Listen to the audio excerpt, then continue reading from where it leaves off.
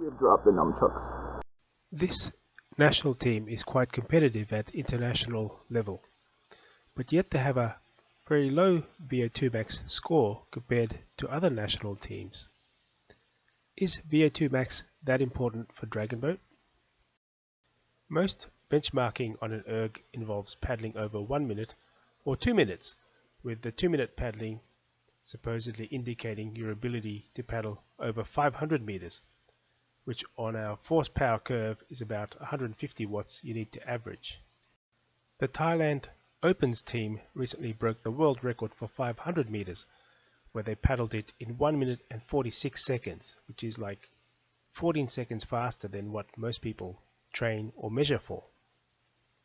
To do this, they would have had to produce 10 watts more for 15 seconds less time. If you want to paddle 14 seconds faster over 500 meters, how would you do that? Would you propose training twice as hard? Instead of paddling 5 days a week, do you suppose we paddle 10 days a week? Instead of deadlifting 100 kilos, do you propose we deadlift 200 kilos?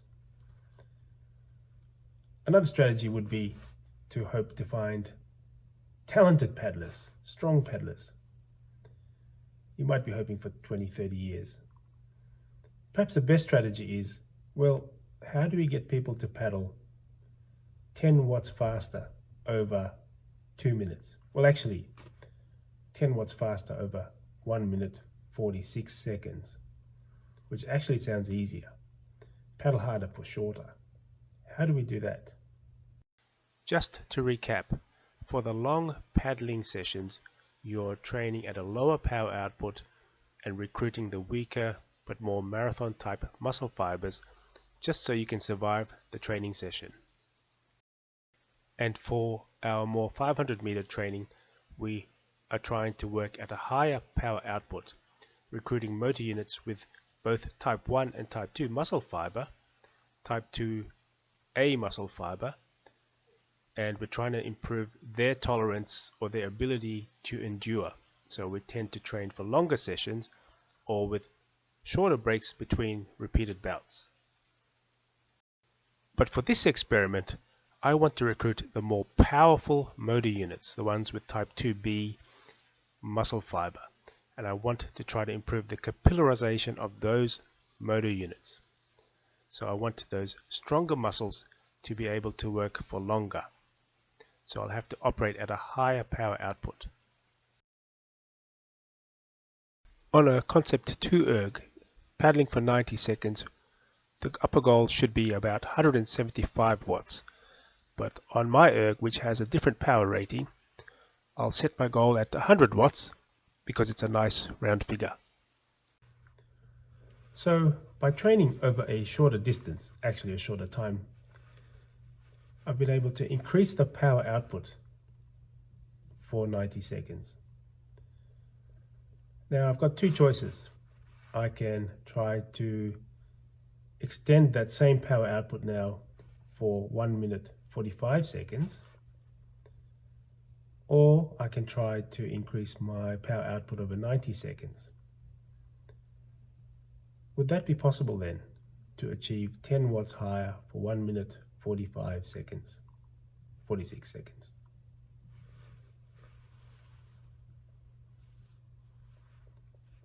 How do you guys paddle here in Melbourne?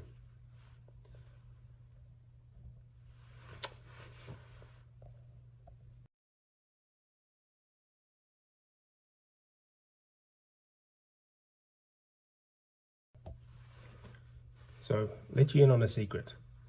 The training program that I had to perform to improve my power output over 90 seconds, that training program spanned 2 to 3 months because I was moving house and perhaps lacking motivation or time or energy. And I thought I'd never reach that goal, that power output benchmark which I set myself. Turns out I had actually lost some strength. And when I tested all my strength parameters, I found that there was one particular exercise which I could only do 70 reps of, yet in order to paddle over 90 seconds, you're looking at 130 to 150 paddling strokes. So this one exercise, I then worked at it, was able to do 130 to 150 reps.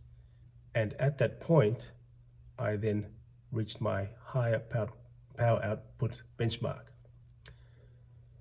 The point here is, I cannot stress enough the importance of a strength training program. Well, actually, the importance of an exact strength training exercise that mimics the biomechanics to produce the force output you need to produce that power to reach that substantive goal. Otherwise, you'll be dreaming forever, you'll never reach your goal. See you next time.